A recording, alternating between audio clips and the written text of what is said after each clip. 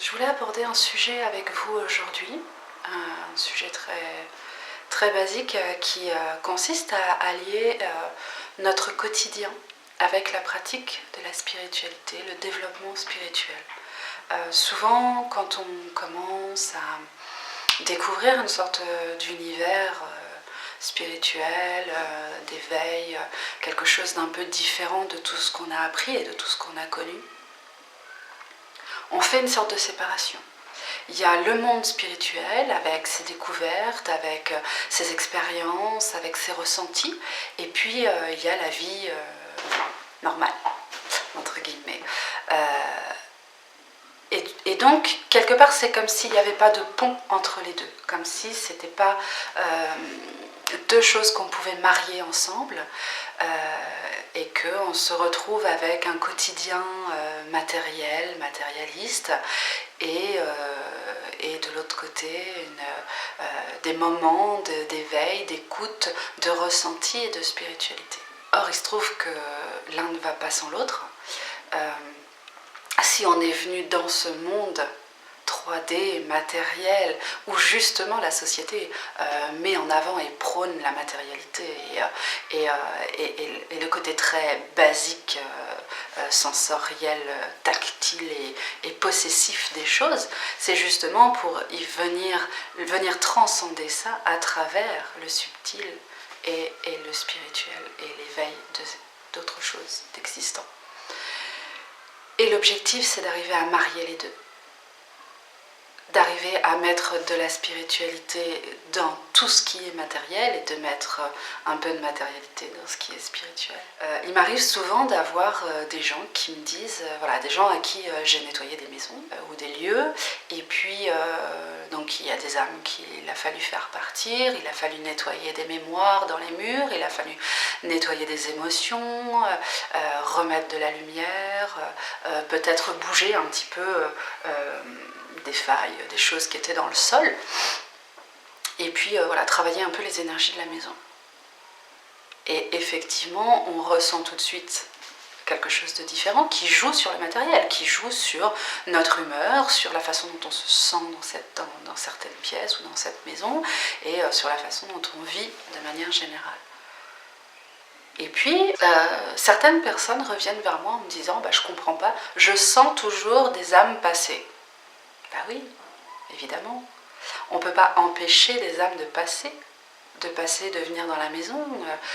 Une âme qui voit de la lumière et qui se trouve dans l'ombre va forcément se rapprocher de la lumière. Le travail qui a été fait, il a été de retirer et d'aider à libérer ce qui était résident, ce qui était permanent dans la maison. On ne peut pas empêcher les flux de passer. Lorsqu'on nettoie une maison, on fait un premier gros nettoyage.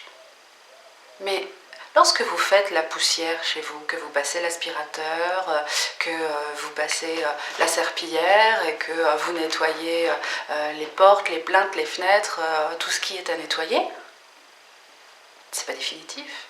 La semaine d'après, il faut recommencer et faire les sols et recommencer à passer l'aspirateur. Et bien quelque part, c'est un peu la même chose au niveau énergétique, étant donné qu'on ne peut pas empêcher les âmes de passer. Elles vont, elles viennent, ça fait partie des flux énergétiques. Ça va, ça vient. Certaines peuvent rester un petit peu plus longtemps simplement parce que au niveau énergétique, l'énergie de la maison et l'énergie qui est là à ce moment-là est bénéfique pour eux, leur donne une sorte de nourriture. Alors il faut nettoyer sa maison, et lorsqu'on passe l'aspirateur chez soi le dimanche après-midi par exemple, eh bien on passe aussi l'aspirateur énergétique, tout simplement. Et on fait un nettoyage matériel et un nettoyage subtil. C'est ça aussi, allier la spiritualité à la matérialité. C'est admettre que ce n'est pas que ce que l'on voit et ce que l'on touche qui nécessite une attention particulière, mais c'est tout ce qui... C'est absolument tout. Si je décide je sais pas moi, de passer un coup d'éponge sur les feuilles de ma plante pour justement en supprimer la poussière et que je lui donne de l'eau, c'est aussi une façon énergétiquement de lui apporter une autre nourriture qui est l'attention, l'énergie positive et l'amour. Au niveau subtil et au niveau matériel, je nourris ma plante. Et on a oublié ça, on a laissé de côté la nourriture énergétique et l'aspect subtil de notre quotidien. Lorsque je prends une douche, je ne fais pas que me laver le corps ou les cheveux ou les dents. Je me lave aussi au niveau énergétique. Je demande à l'eau, je demande à l'énergie de l'eau, donc au non manifesté de l'eau, de laver aussi mes énergies et le non manifesté de mon corps. De laver tous mes corps, que tout le potentiel nettoyant de l'eau nettoie tout le potentiel énergétique et matériel qui me constitue. Si on allie tout ce qui est non manifesté, tout ce qui est subtil, tout ce qui est énergétique et donc ce qu'on appelle spirituel à notre quotidien, on développe autre chose. On prend conscience de tout l'éventail du potentiel qui nous constitue et qui constitue notre environnement et notre vie de chaque instant. Et là, on est véritablement sorti au quotidien de cette dualité. On vit exactement aligné entre matériel, manifesté et non manifesté.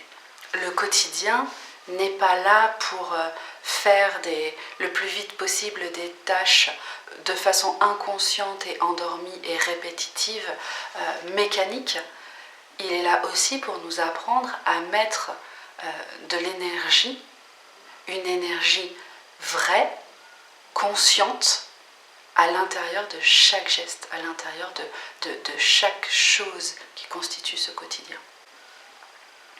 Ça change véritablement la vision de ce que l'on vit, que de commencer par mettre de l'énergétique et d'élargir sa conscience à ce que l'on vit chaque jour et chaque minute. Ça permet d'être beaucoup plus ancré. Et ça permet, en étant plus ancré dans son quotidien et dans l'énergie du quotidien, de pouvoir ensuite développer des capacités qui vont sortir de l'ordinaire, qui vont sortir de ce que nous a appris la société, et donc d'être encore plus, d'avoir encore plus de possibilités à découvrir. Commencez par votre quotidien, commencez par ces petites choses, ces petits gestes de tous les jours, cette façon de grandir vraiment sur ce qui nous semble acquis alors que ça ne l'est pas. Et ensuite, progressivement, vous verrez se développer des aptitudes et des prises de conscience et des connaissances qui seront au-delà et qui seront peut-être plus proches de ce à quoi vous aspirez aujourd'hui. Vous aspirez à des grandes vérités, on est tous comme ça, on aspire à avoir une espèce de connaissance universelle. Mais si déjà on commence à comprendre le fonctionnement énergétique de son quotidien, on arrivera beaucoup plus facilement à cette connaissance universelle de tout ce qui se trouve autour de nous.